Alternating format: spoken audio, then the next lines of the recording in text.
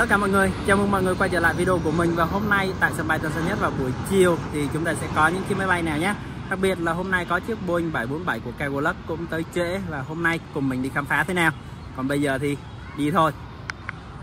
Trước tiên chúng ta tới với một chiếc Airbus A321 của hãng không Vietjet Air. Chiếc máy bay thực hiện chặng bay từ sân bay Nội Bài về đến sân bay Tân Sơn Nhất. Và bây giờ là khoảng gần 5 giờ chiều rồi.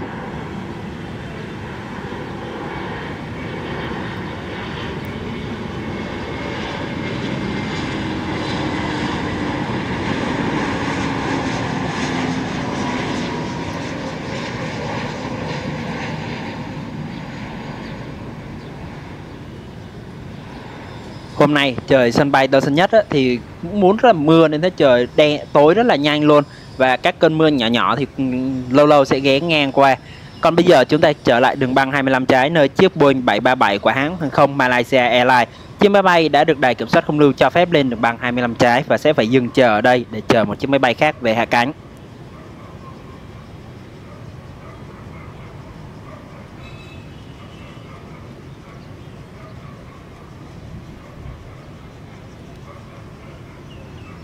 Chiếc máy bay của chúng ta sẽ phải dừng chờ ở đây để chờ một chiếc máy bay khác, chiếc máy bay ATR72500 của Vasco.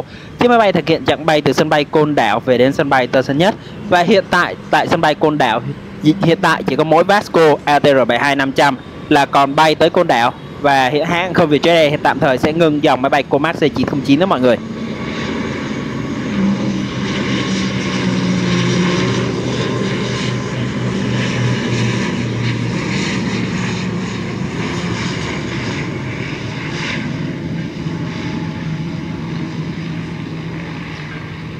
Thực ra đây là một điều khá là đáng tiếc vì mọi người hiện tại muốn đi Côn Đảo giờ chỉ còn một lựa chọn của ATR72500 của Vasco thôi. Và mọi người đi từ Hà Nội vào thì sẽ phải dừng ở quá cảnh ở thành phố Hồ Chí Minh hoặc là Cần Thơ trước khi nối chuyến từ đó về đến sân bay Côn Đảo. Còn bây giờ đường băng 25 trái thì chiếc Boeing 737 được lệnh cất cánh.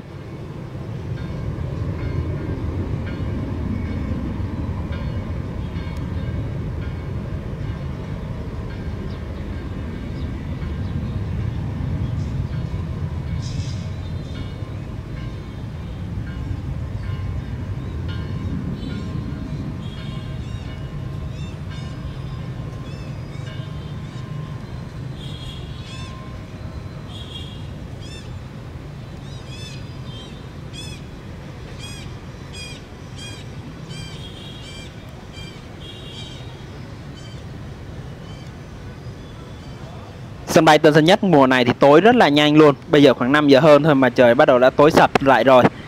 Còn đây là một chiếc máy bay khác Airbus A321 của hãng không Vietnam Airlines. Chiếc máy bay này có màu sơn của Liên minh hàng không SkyTeam, liên minh hàng không mà Vietnam Airlines đang tham dự. Và màu sơn của Liên minh hàng không SkyTeam thì cực kỳ nổi bật trong những cái buổi chiều như thế này luôn. Rất là đẹp luôn. Bây giờ chiếc máy bay hạ cánh xuống đường băng 25 trái. Hạ cánh xuống đường băng 25 phải.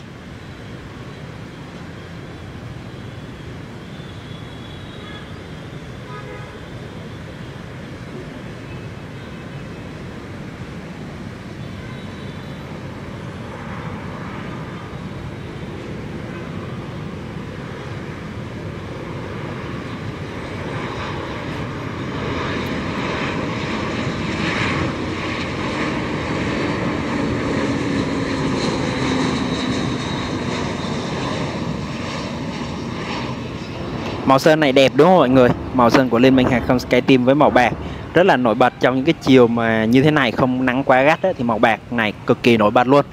Và chiếc máy bay đã hạ cánh xuống đường băng 25 phải thì chúng ta ngay ở phía sau thôi, nhân vật cũng gọi là nhân vật chính trong ngày hôm nay của chúng ta, chiếc Boeing 747-400 của Cargolux. Chiếc máy bay thực hiện chặng bay tới sân bay Tân Sơn Nhất và rất là hiếm khi chiếc máy bay này lại xuất hiện vào buổi chiều như thế này. Bây giờ thì chiếc máy bay này sẽ hạ cánh xuống đường băng 25 phải.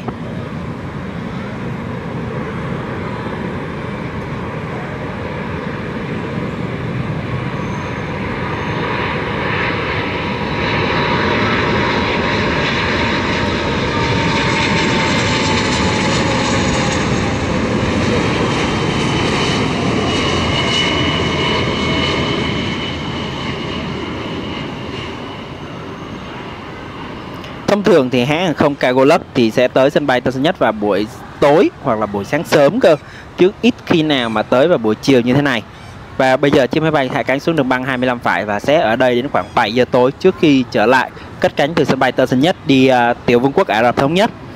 Và ngay sau đó thì chúng ta quay trở lại với khu vực đường băng 25 trái. Đây là cái đoạn đầu người ta đã sửa chữa gần xong rồi nha mọi người. Và nghe nói thì cũng sắp đưa vào hoạt động trở lại rồi. Và hy vọng thì trong thời gian tới thì cái đoạn đường này sẽ hoạt động trở lại thì các máy bay sẽ cất cánh từ đây lên luôn, chứ không phải cất cánh ở từ giữa cái đường băng nữa. Còn bây giờ thì chúng ta sẽ quay trở lại với chiếc Boeing 747-400 này. Thông thường thì Kewaluk tới sân bay Tân Sơn Nhất thì là bằng dòng máy bay Boeing 7478 cơ. Nhưng mà hôm nay không hiểu sao, chắc là đây là chuyến bay thuê bao chuyến đó mọi người, để thuê bao chở hàng á. Và đây là một chiếc máy bay khác của Air. Chiếc máy bay được lệnh cất cánh rời khỏi sân bay Tân Sơn Nhất hướng về sân bay Kuala Lumpur, Malaysia.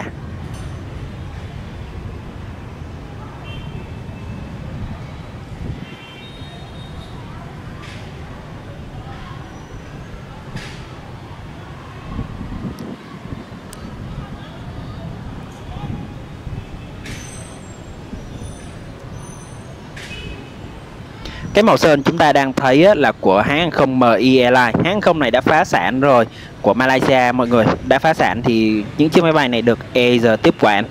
Còn đây là một chiếc máy bay khác, Airbus A321neo của Cathay Pacific. Hãng hàng không Cathay Pacific hiện tại đang sử dụng các dòng máy bay như là Airbus A330-300, Boeing 737 và Airbus A321neo này tới sân bay Tân Sơn Nhất. Và cuối tháng này trở đi thì hãng hàng không Cathay Pacific theo như lịch hình như sẽ tăng đến 3 chuyến một ngày tới sân bay Tân Sơn Nhất, buổi sáng sớm, buổi trưa và buổi chiều tối. Và còn bây giờ chiếc Airbus A321neo của hãng hàng không Cathay Pacific hạ cánh xuống đường băng 25 phải.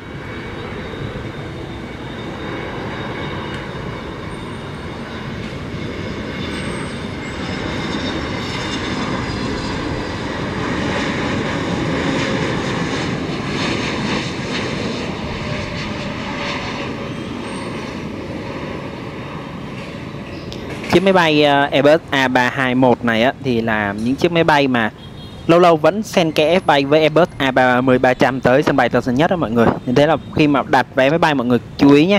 Các hãng hàng không sẽ cho chúng ta biết được rằng hôm đấy là chuyến bay chúng ta sẽ bay bằng loại gì. Còn bây giờ thì chúng ta tới với Airbus A350-900 của hãng hàng không Emirates.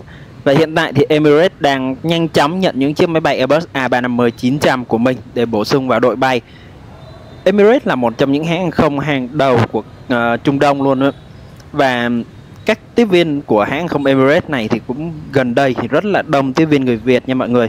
Nên thế là mọi người đi những cái chuyến bay này để ý trên phần bảng tên đó, thì sẽ rất là dễ dàng chúng ta sẽ thấy được một tiếp viên có cái hình có cái cờ Việt Nam đó. Khi mà tiếp viên mà có cờ Việt Nam là tiếp viên người Việt đó mọi người. Còn đây là một chiếc Airbus A321 của Vietnam Airlines đang bước vào hạ cánh.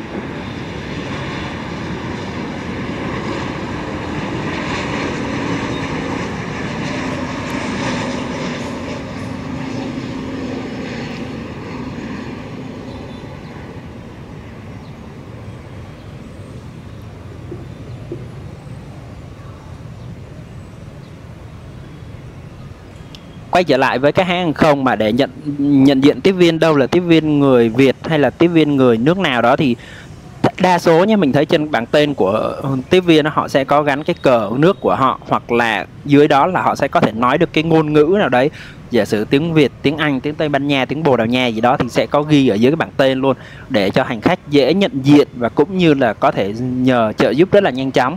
Và các anh chị tiếp viên của hãng hàng không Emirates mà người Việt đó cũng rất là đông luôn đó. Mình thấy trên Instagram hay là các mạng xã hội khác đó, thì các anh chị chia sẻ cũng rất là nhiều luôn, chứ không có ít đâu. Và hãng hàng không Emirates cũng thường xuyên tổ chức là thi tuyển tiếp viên tại Việt Nam á. Mọi người có thể theo dõi các bản tin để có thể đăng ký thi tuyển tiếp viên. Cũng như gần đây mình có nghe nói hãng hàng không Emirates cũng đang sắp sửa sẽ có tuyển cả phi công người Việt luôn nha mọi người. Nên thế là mọi người chú ý các bản tin của Emirates nhé. Còn bây giờ chiếc máy bay được lệnh lên đường băng 25 trái và sẽ phải dừng chờ ở đây để chờ một chiếc ATR72-500 của Vasco về đến hạ cánh. Và hiện tại đường bay Côn Đảo hiện tại chỉ còn mỗi Vasco ATR72-500 này bay thôi. Comac C909 thì đã tạm thời là tạm ngưng rồi. Như vậy thì mọi người đi Côn Đảo chỉ còn một lựa chọn của Vasco thôi nhé. Còn bây giờ chiếc máy bay đang bước vào hạ cánh.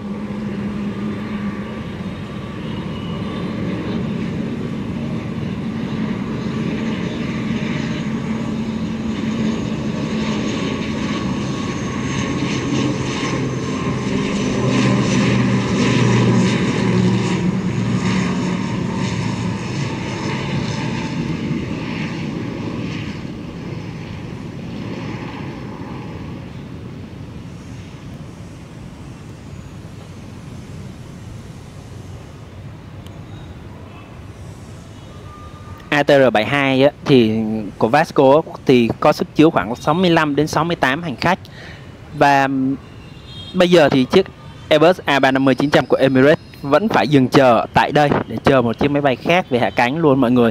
Vậy là chiếc máy bay này sẽ phải dừng chờ 2 chiếc máy bay về hạ cánh trước khi được lệnh khởi hành. Thì chiếc máy bay này đang đợi một chiếc Airbus A330-300 của hãng không Vietjet Air. Chiếc máy bay sẽ thực hiện chặng bay từ sân bay Nội Bài, thủ đô Hà Nội về đến sân bay Tân Sơn Nhất. Airbus A330-300 của hãng không Vietjet Air thì bay các chặng như Hà Nội này đến Tân Sơn Nhất, hoặc là đi Nha Trang, Đà Nẵng để bay charter một cái chặng bay nào đó. Thì mọi người có thể đặt vé của Vietjet Air thì sẽ rất dễ dàng nhận biết đâu là chuyến bay bằng Airbus A330-300 đó mọi người. Còn bây giờ chiếc máy bay được lệnh hạ cánh xuống đường băng 25 phải.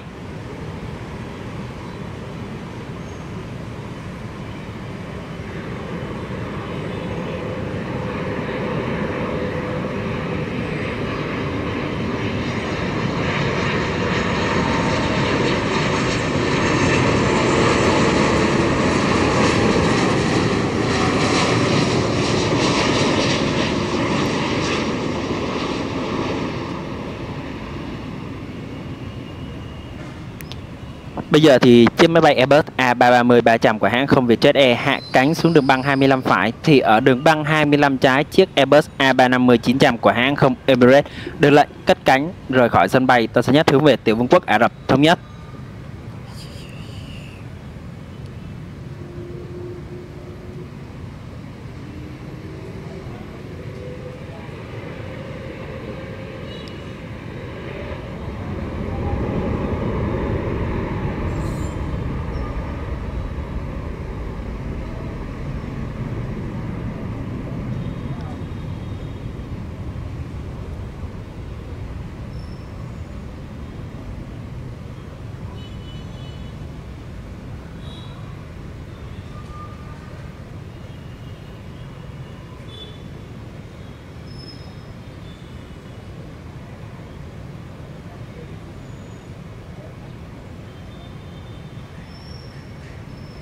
Ngay sau khi chiếc Airbus A350-900 của hãng không Emirates cất cánh thì ngay đường băng 25 phải chúng ta có chiếc Airbus A321neo của Starlux, hãng không 5 sao đến từ Đài Loan. Chiếc máy bay thực hiện chặng bay từ sân bay Đào Viên, Đài Loan về đến sân bay Tân Sơn Nhất.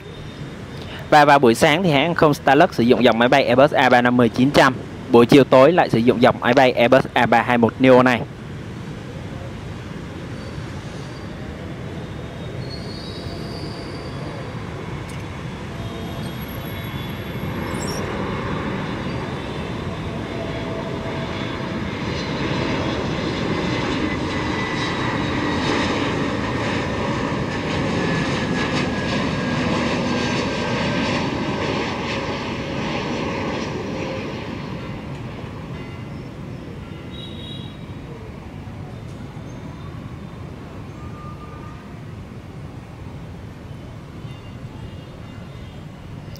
Ngay sau khi chiếc Airbus A321neo của Starlux hạ cánh xuống đường băng 25 phải thì ngay phía sau đây là chúng ta có một chiếc Airbus A320neo của Scoot, hãng không giá rẻ đến từ Singapore. Và chiếc máy bay đang bước vào hạ cánh có tuổi đời là 0,7 năm tuổi thôi, mới hoạt động được 7 tháng thôi mọi người. Hiện tại thì Scoot cũng đang nhận khá là nhiều dòng máy bay Airbus A320neo á. Và chiếc máy bay này cũng có tên đó. Đố mọi người tên của chiếc máy bay này là gì á, mình sẽ trả lời ở cuối clip nhé. Còn bây giờ chiếc máy bay hạ cánh xuống đường băng 25 phải.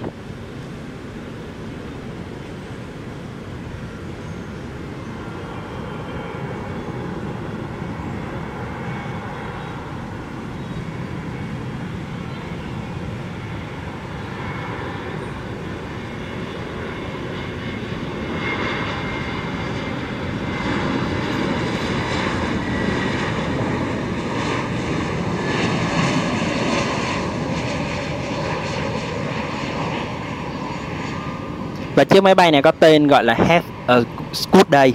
Người ta có Have a Good Day á, thì họ sửa lái như vậy một tí. Bây giờ thì chiếc máy bay này hạ cánh xuống đường băng 25 phải thì chúng ta quay trở lại ngay phía sau thôi. Đường băng 25 phải luôn, chúng ta có một chiếc máy bay khác. Chiếc máy bay này là chiếc Boeing 787 của Vietnam Airlines. Chiếc máy bay thực hiện chặng bay từ sân bay Nội Bài, thủ đô Hà Nội về đến sân bay Tân Sơn Nhất.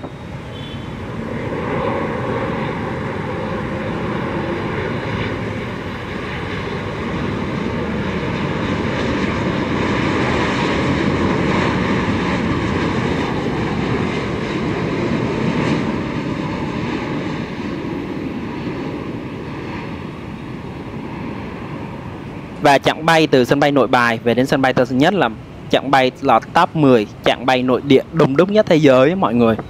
Và bây giờ chiếc máy bay hạ cánh xuống đường băng 25 phải thì đường băng 25 trái chúng ta có một chiếc Airbus A321. Chiếc máy bay này là của Pacific Airlines vận hành nha mọi người. Bây giờ chiếc máy bay được lệnh cất cánh rời khỏi sân bay Tân Sơn Nhất.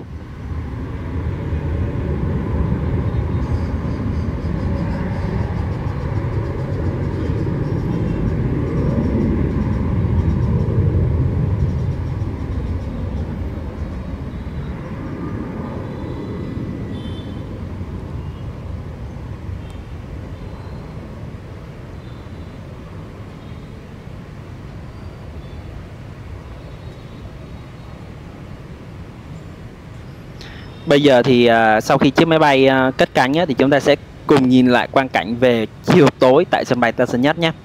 Sân bay Tân Sơn Nhất mùa này thì tối rất là sớm, khoảng 5 giờ 15, 5 rưỡi là bắt đầu trời tối, bắt đầu tối rồi, hệ thống đèn đã phải bật sáng rồi. Ngày thường thì khoảng là 6 giờ hơn thì sân bay Tân Sơn Nhất mới tối. Nhưng mà hiện tại thì vào mùa này thì sân bay Tân Sơn Nhất tối rất là nhanh luôn. Và mùa này kèm với mưa lớn không mọi người, và những cơn mưa bất chợt thì sẽ ghé ngang qua, chúng ta sẽ không biết đâu. Còn đây là một chiếc máy bay của Vietnam Airlines, chiếc Airbus A350-900. Chiếc máy bay này từ Hàn Quốc về đến sân bay Tân Sơn Nhất. Và không hiểu hôm nay ngày gì mà ở các chuyến bay từ Hàn Quốc về đến sân bay Tân Sơn Nhất đều trễ nhé. Chiếc máy bay này trễ gần hơn 4 tiếng đồng hồ. Bây giờ thì chiếc máy bay này bước vào hạ cánh tại đường băng 25 phải sân bay Tân Sơn Nhất.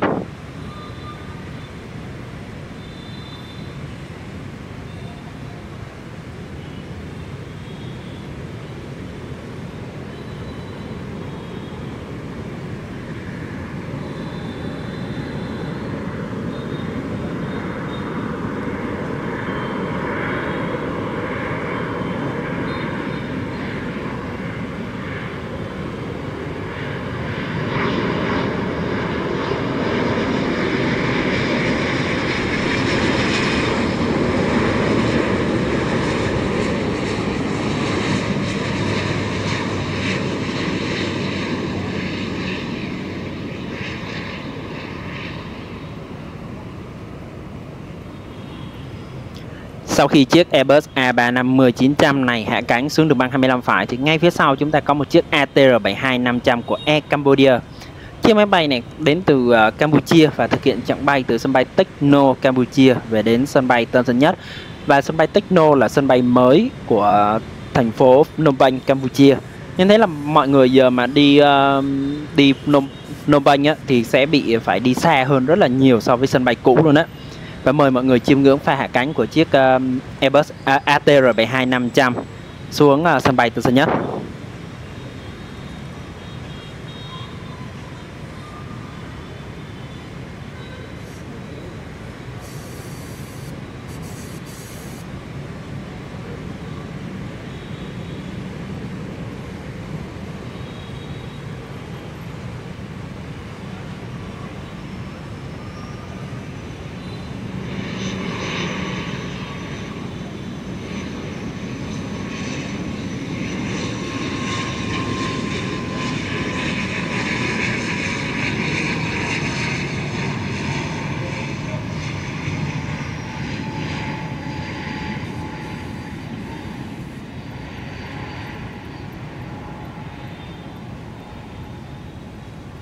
Vào những lúc chập choạng tối như thế này, chúng ta sẽ thấy hệ thống đèn của máy bay, hệ thống đèn của sân bay rất là đẹp luôn á.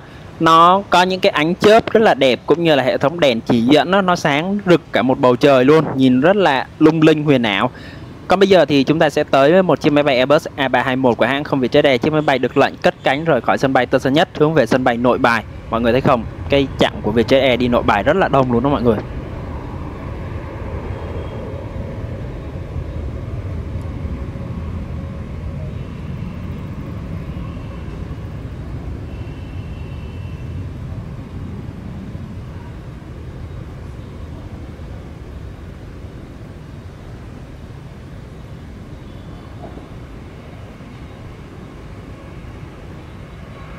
Và trước khi kết thúc video ngày hôm nay thì mình xin giới thiệu mọi người một cái mô hình máy bay Boeing 7478 của chở hàng nha.